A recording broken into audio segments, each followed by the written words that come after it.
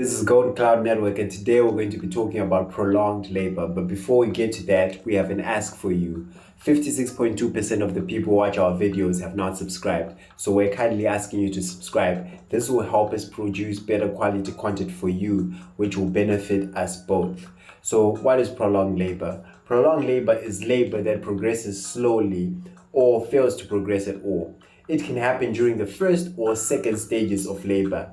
You may be in labor for many hours without moving on to the next stage. This is prolonged labor.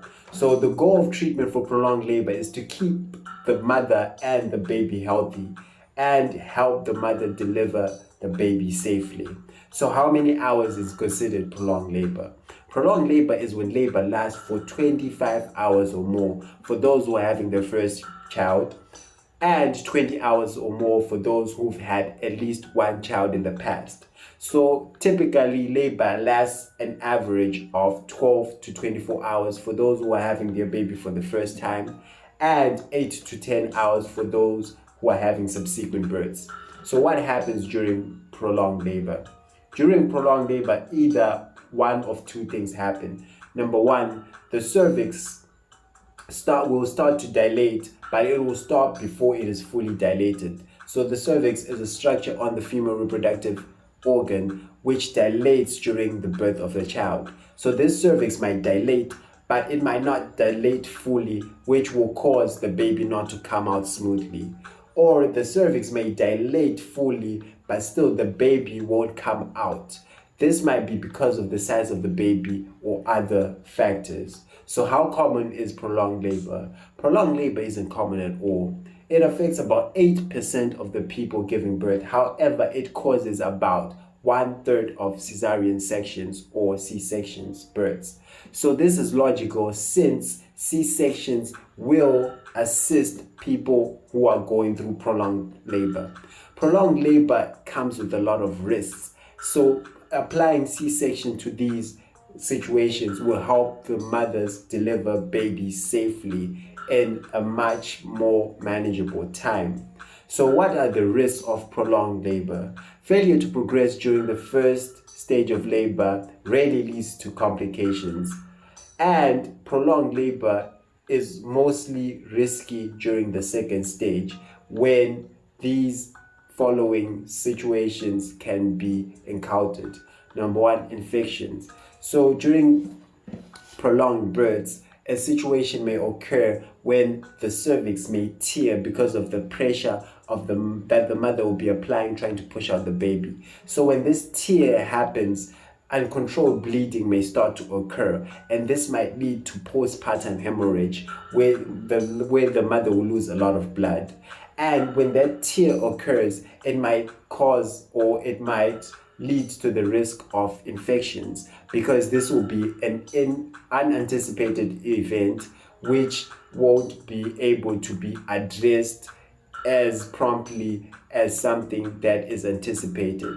So a way to deal with such encounters or such occurrences is to be proactive about the situation and opt for C-sections. Another alternative that I discovered as I was preparing for this presentation, I had a conversation with one of my colleagues, and she also shared an experience where medical providers or healthcare providers can actually use a surgical blade to cut open the cervix or to extend the cervix so that the baby can be delivered.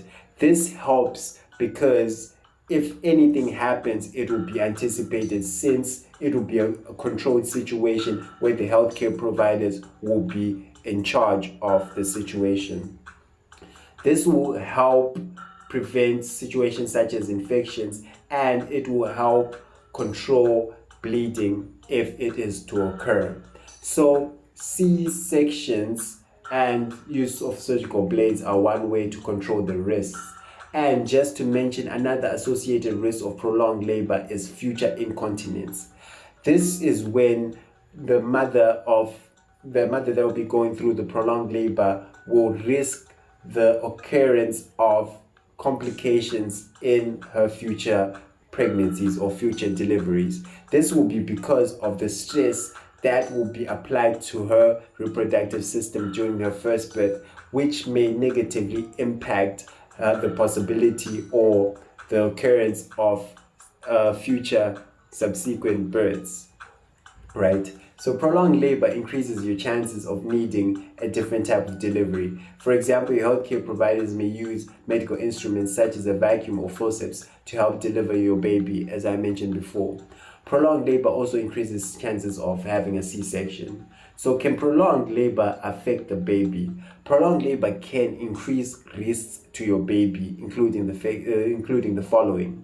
Number one, infection, which is usually passed from parent to baby. Number two, fetal distress, which can cause a drop in the heart rate of the baby.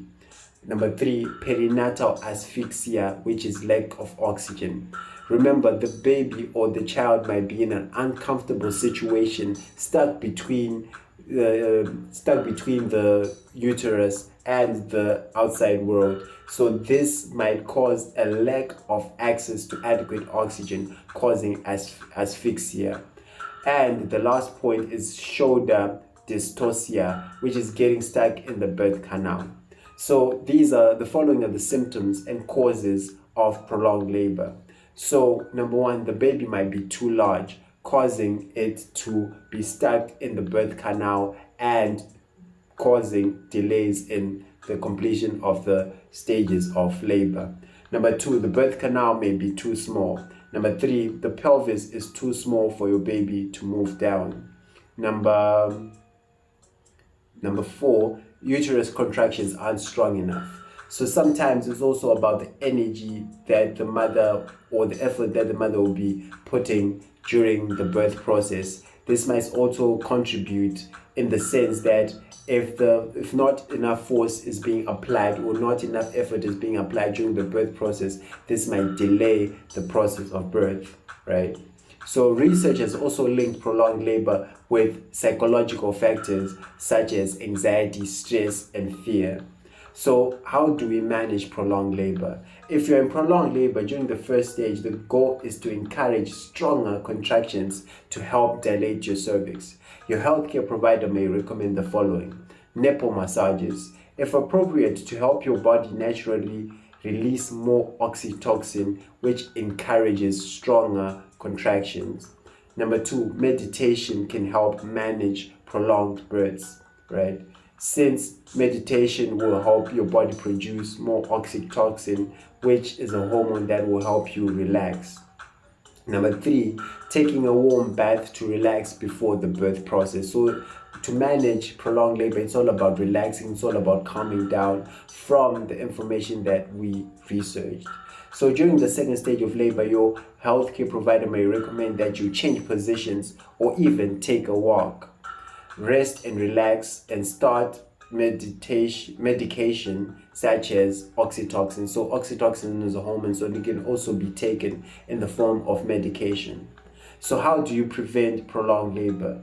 Certain factors increase your risk of experiencing prolonged labor, such as carrying multiples, such as twins or triplets, or your baby lying in atypical positions, or older maternal ages, or high body mass index. So these are some of the risk factors associated with prolonged labor, and managing these risk factors will help prevent prolonged labor. So some risk factors for prolonged labor can be changed. For example, if you talk to your healthcare provider about gaining a healthy amount of weight throughout your pregnancy, this can help with prolonged labor. And another way is to make sure that you are aware of your age. So age is also associated with prolonged labor. So if you are much older, then you should be expecting the risk of or the possibility of prolonged labor. And when you're expecting it, you may take the necessary preparations to counteract it. So the best thing you can do prolonged labor is to lean on your support person and stay as positive as possible. So this concludes our presentation, and this presentation was basically extracted from Cleveland Clinic, the Cleveland Clinic website. So a special thank you to Cleveland Clinic for making healthcare information so accessible. If you are seeking for healthcare knowledge or tips, visit the Cleveland Clinic website and you will be assisted. So thank you so much for your time.